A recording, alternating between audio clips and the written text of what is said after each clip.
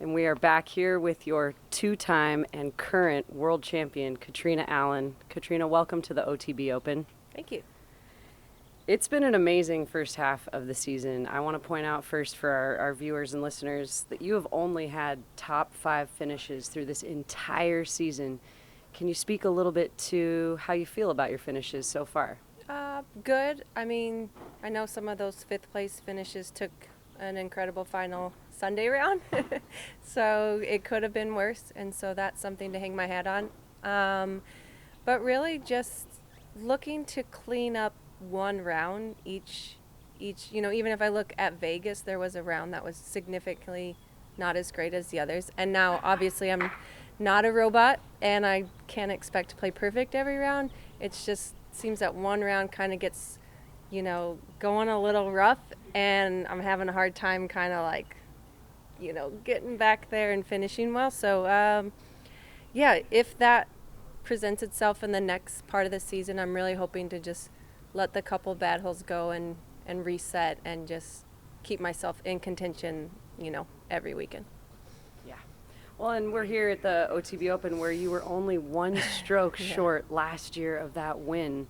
We've got some redesigned holes, a pretty lengthy course. Can you speak to what it's going to take for you this weekend? I think new course, long. Just figuring out which holes. In fact, I've been kind of going back, playing in the morning, going back in the afternoon, like which holes am I not comfortable on? Which one am I maybe, just not quite sure what to do if I'm out of position, and just really taking each hole for what it is, and then just really focusing on making good decisions, not feeling like I have to birdie, or, not being afraid to lay up and get a bogey. And, there's some water holes, lots of OB, some island greens, and, just playing smart when I need to. And any final thoughts about, can you share with the viewers, this point in the season, how is the training or the practice regimen changing up? Because we are well into the schedule and there's not a lot of time to work on new things. So where's Kat at right now? Right, and I actually just went to the DGA factory where I was gifted all kinds of new goodies, and it's like, how do I try out all these, but also make sure my bag's solid, but also work on the things that I want to. I guess for me, it's just, I talked about this a lot last year, but it's just grinding, getting up in the morning and doing what I do every morning without, this can kind of be that part of the season where, it's like, okay, it's a really long season. But I think being in Santa Cruz last week, getting to enjoy the beach and taking a hike on Monday morning, taking the day off, playing some ball golf, just finding a day off and then get right back to work. Hey, Kat. Matt with PDGA. Good to see you. Zoe had mentioned that you have had nothing but top 5 finishes this year, but still looking at the results, your big wins for the season came early on in February and March.